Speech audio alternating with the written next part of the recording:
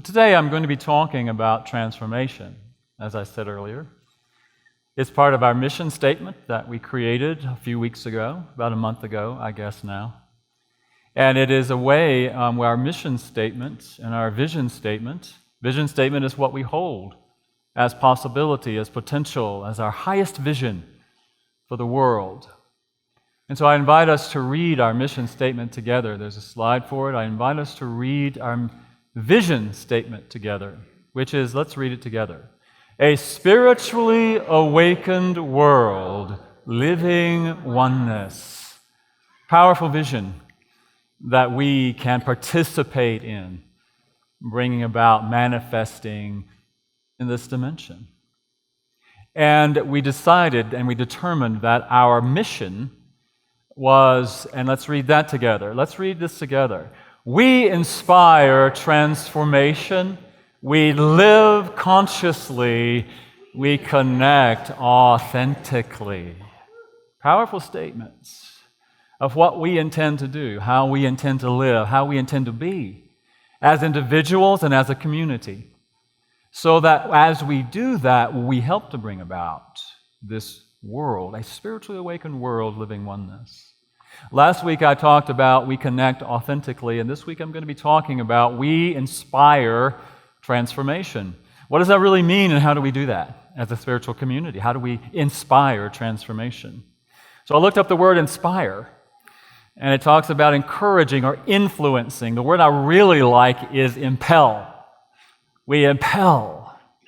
And I like the idea of that is it comes from within, really. It's impel. We inspire that in a way that we encourage us all to know our truth, and as we know that truth and as we live that truth, then we transform.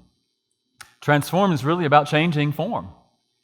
It's very clear. It's about moving from one form that we have manifested to another and transforming in the process of that. And so, I know it may be cliche, but the best example of transformation that I can think of, and I'm sure many of you are aware of, is the transformation that occurs when a caterpillar becomes a butterfly. And so I want to show you this video. Some of you have seen it, but it's a good reminder for us of what that process is.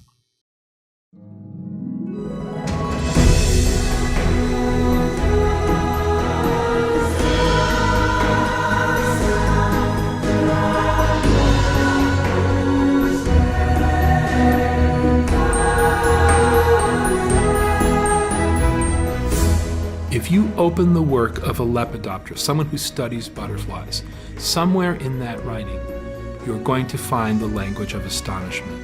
Every one of these 20,000 species have different color patterns, and every one of them has different shaped wings.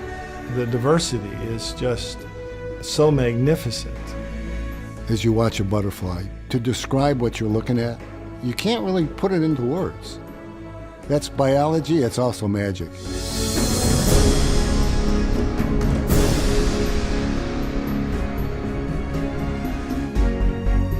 It's impossible to look at a caterpillar turning into a butterfly and not ask how. Their metamorphosis, their life cycle, how did this happen? This astonishing, remarkable transformation. In a metamorphic insect, what you've got is two body plans. You have to first form one functional body plan, and then you have to switch gears and you have to take and form a new body plan. I am amazed by development when it goes from egg to caterpillar, because it's such an intricate process. But then you have to enter into the chrysalis stage and you have to get it right again. So it's like the problem squared.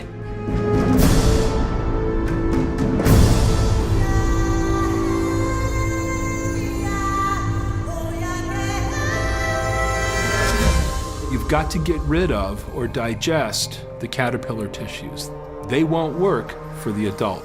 In fact, the cells themselves disappear, but then their components are recycled and are turned into a kind of soup out of which the adult structures will be built. It's very carefully engineered. So you got to know where you're going to end up before you start.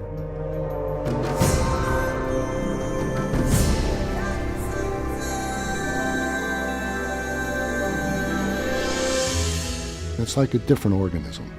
Transitions have to take place in the heart. Transitions have to take place in the antennae. Transitions have to take place in the reproductive organs. You have to recreate adult legs, adult antennae, adult eyes. You have to change the shape of the brain and the connections between the antennae and the eyes. You have to reformat the gut so that it switches from eating plant material to eating nectar. You begin to see the depths of the problem. So, for evolution to have created this sort of pathway gradually, it would take a miracle.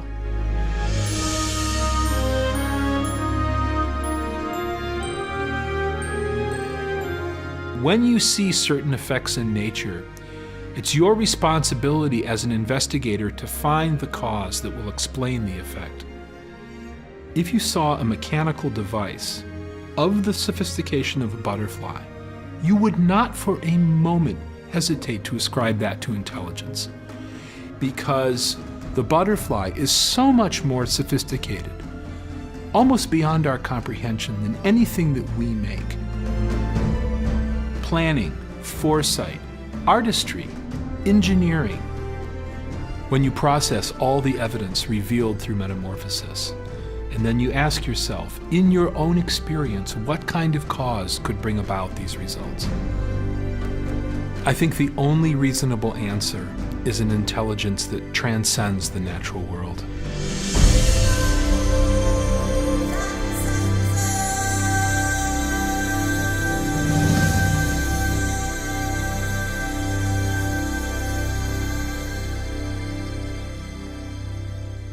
Powerful.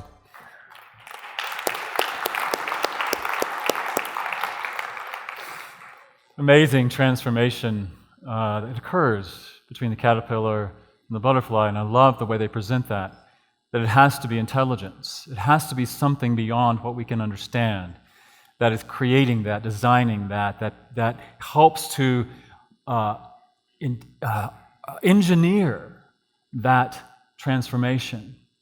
And I think that as we look at that, now I know that we don't go through as dramatic a transformation or a metamorphosis as that, but I believe that each of us in our lifetime goes through these transformations. Now, unlike the caterpillar to the butterfly, it doesn't happen for us just once. It does happen over and over again, that we move from one form to another, moving through that process. But I love this idea of the caterpillar. What is it that drives the caterpillar to become a butterfly? There is that within the caterpillar that knows it is something more, that knows that it has something more to give and to share. It knows it is to blossom forth into this beautiful creation that then shares its beauty and its life with the world, just because it is.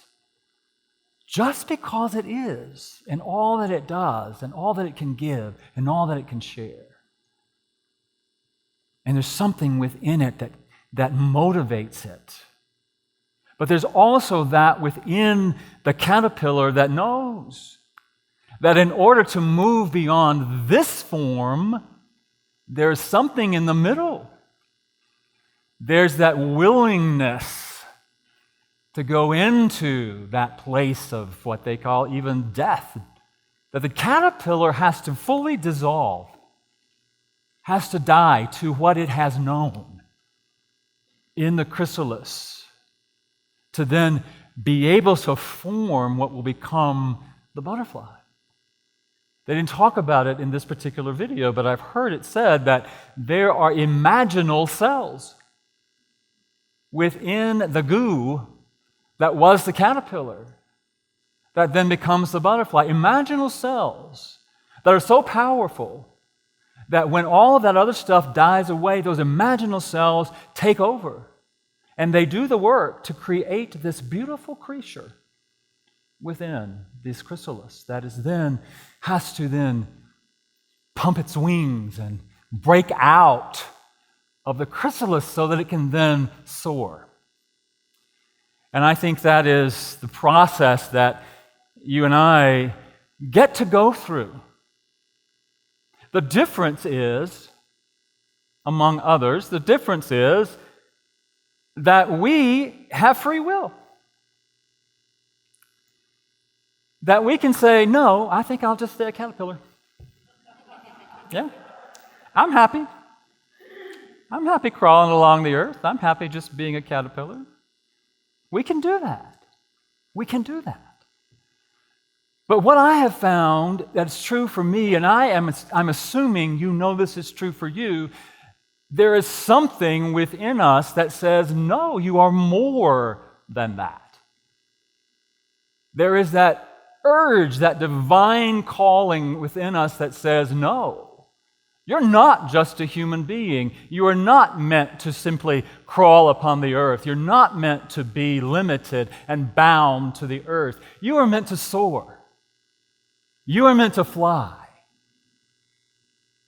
And you are meant to be that beautiful creature, as we all are. And so how do we as a community, how do we as individuals inspire that transformation? I think, first of all, it is helping each other, helping us to become conscious of that, to become conscious of who you truly are.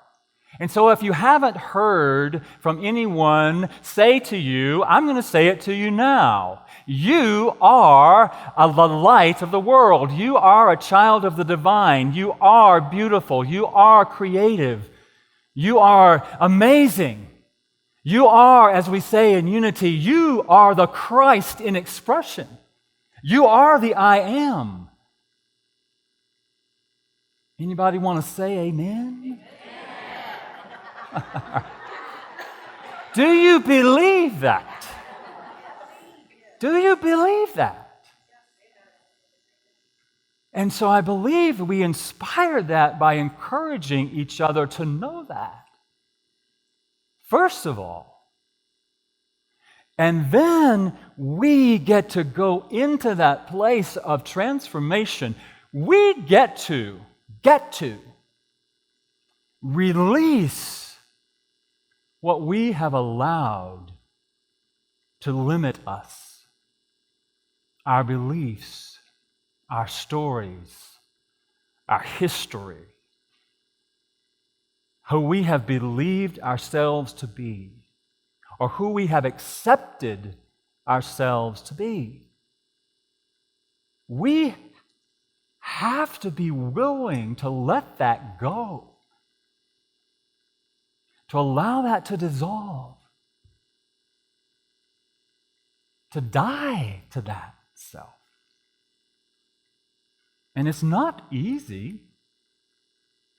Sometimes we do have to go into that place of the chrysalis.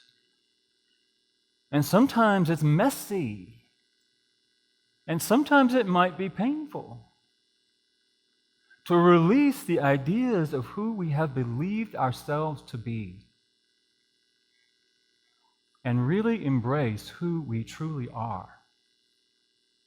Sometimes it seems as though life can propel us into that place through illness, through the loss of some kind, the loss of a loved one, a loss of a relationship, or even the idea that it might be time for us to lay down the body. Those things can propel us into that place of releasing, whether we like it or not. But it is our opportunity. It is an opportunity to be reborn. Even letting go of the physical body, in our way of understanding, is a transition into something that's marvelous and connected and wondrous. But letting go of the idea of who I have thought I am sometimes is even more challenging. Amen?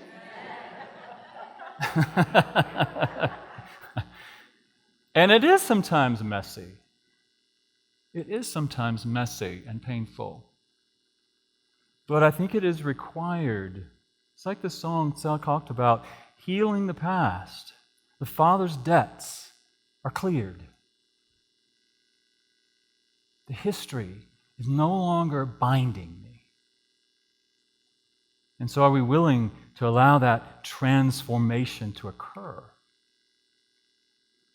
And what I want to say about that too is that it didn't talk about it in the video, but I said earlier that for the newly formed butterfly to break out of the chrysalis, it has to work, has to move its wings and to pump the energy and the blood and not blood, I don't know what it is, the fluid into its wings so it can break free and soar.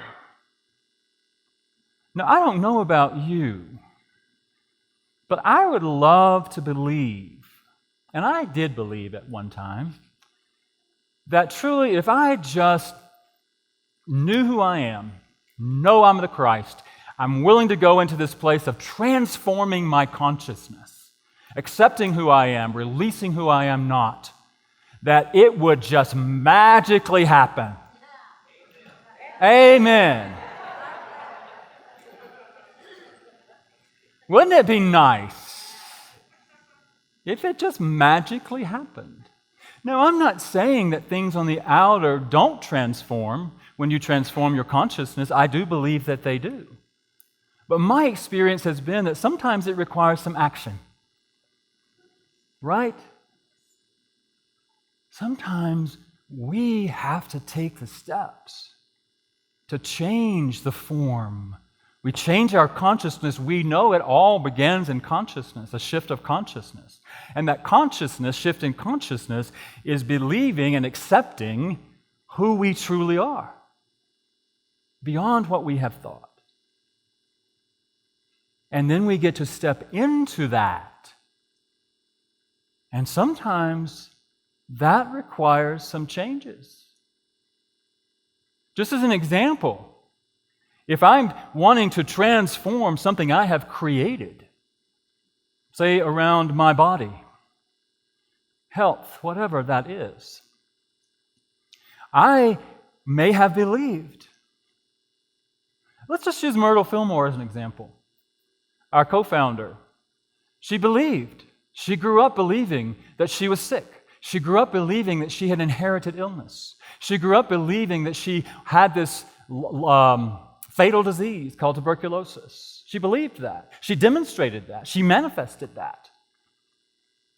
But one day, she heard E.B. Weeks say, "I am a child of God, therefore I do not inherit illness." That was the beginning of her knowing, I'm not that. I'm not destined for that. I am something greater than that.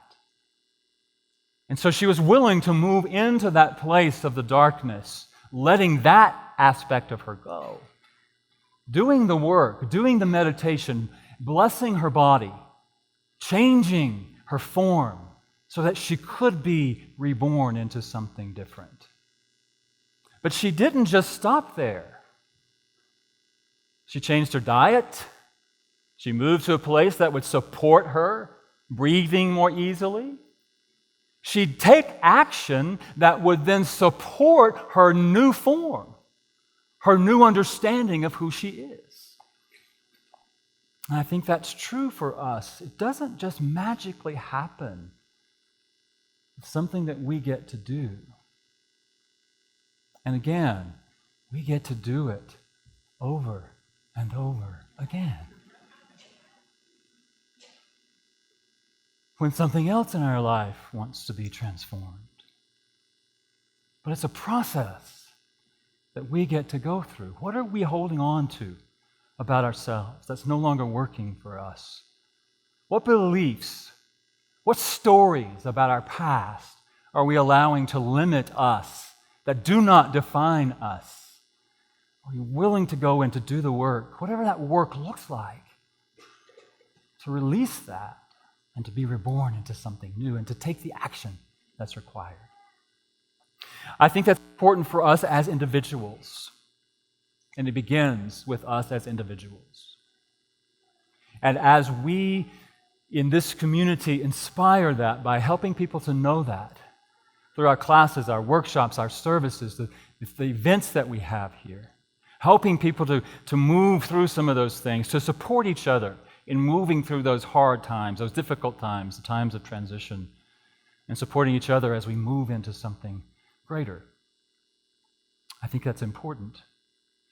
And while it's important on an individual level, it's also important on a collective level of this community. And we're doing that. We're doing some of that. What's not working? How have we known ourselves? How have we, as Unity Spiritual Center Denver, known ourselves? What history are we hanging on to? Are some of us still attached to Jim Lewis? Maybe. Are some of us still attached to the way things always have been? Yeah. And is it working? Have we created something that is keeping us limited in some way? I'm not pronouncing, I'm just saying. And we've been looking at that. We've been doing some of that. Through our Focus Forward teams and the things that are changing, we are changing some things. So are we willing to move into that place of, ugh, yuck? How do we let go of that so we can move into something new? Something more vibrant. How can we soar as Unity Spiritual Center Denver as this beautiful expression of the divine, shining its light, shining its glory, sharing its beauty with the world? I'm not saying we're not doing that, but there may be things that we want to change. Transformation happens individually and collectively. And lastly, it also happens in our culture. That we, as humanity, and cultures within humanity, create.